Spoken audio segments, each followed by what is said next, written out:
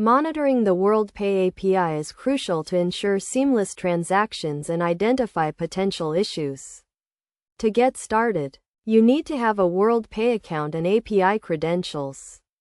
First, log into your WorldPay account and navigate to the API section to obtain your API key and client key. These credentials are essential for authenticating your API requests.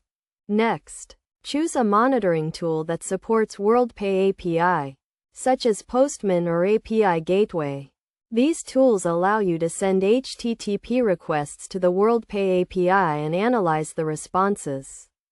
You can also use programming languages like Java or Python to create custom monitoring scripts. To monitor the WorldPay API, you need to send HTTP requests to the API endpoints. For example, you can use the Payments endpoint to retrieve a list of payments or the Orders endpoint to retrieve a list of orders. You can also use the Notifications endpoint to receive real-time updates on payment status. When sending API requests, make sure to include your API credentials in the headers or query parameters. You should also specify the correct HTTP method, such as GET, POST, or PUT, depending on the endpoint and action you want to perform. To troubleshoot issues, analyze the API responses and error codes.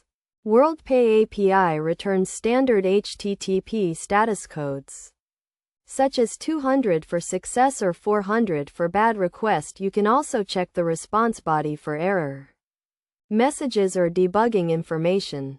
Best practices for monitoring the WorldPay API include setting up regular checks for API availability and response times. You should also monitor API error rates and transaction success rates to identify potential issues. Additionally, make sure to handle API rate limits and implement retry mechanisms to avoid overloading the API.